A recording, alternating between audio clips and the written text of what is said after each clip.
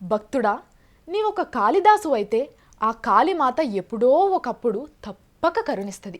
నీకు ఉండవలసింది కొండంత ఓపిక, అపారమైన భక్తి, అచంచల విశ్వాసం. ఇవి మాతా రాములమ్మవారి అపరవాక్కులు. ఆచరిస్తే అందలమెక్కుతారు, ఆదమరిస్తే అడుక్కు తింటారు. మీకు డౌట్స్ ఉంటే క్లైమాక్స్కి వచ్చే సోనియమ్మ తెలంగాణ ధారావాహికను తరచి చూడండి. అమ్మ చెప్పింది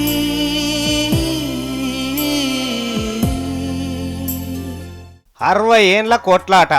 వందల మంది పోరగాన్లు పిట్టేలు రాలినట్టు రాలిపోయినరు.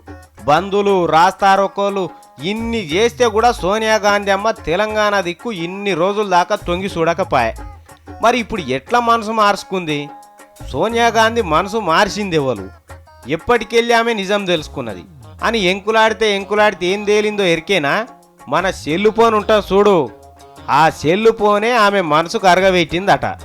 ఎవరన్నా అనుకుండ్రా సెల్ ఫోనే ఇంత పని చేస్తుందని? అయితే ఏమైందట, అప్పుడు సోనియా గాంధీ భువనగిరికి వచ్చింది చూడు, అదే 2009 ఎలక్షన్లలో రాలే ఓట్లేయమని. అప్పుడు ఏం చెప్పింది?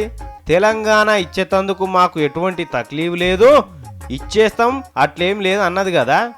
అని కూడా 4-5 ఏండ్లాయే. మీరే మర్చిపోయిండ్రు, ఇక అమ్మకేడ యాదుకుంటుంది. అందుకే మన తెలంగాణ మనిషే ఒక ఆయన ఆమె భువనగిరిలో మాట్లాడిన మాటలు సెల్ ఫోన్లో తీసుకుపోయి వినిపించిండట.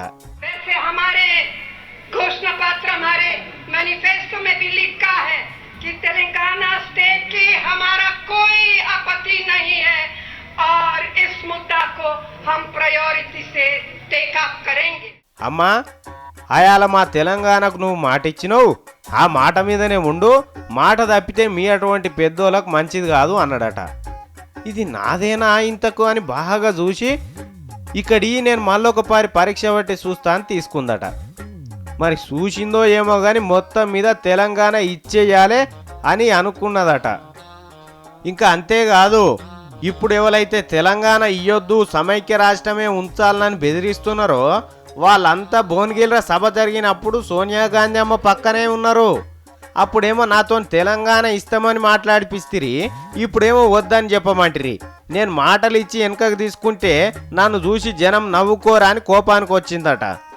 అందుకే సీమాంధ్రోళ్ళంతా సెల్ ఫోన్ చేయంగా ఇరికిపోయినరట.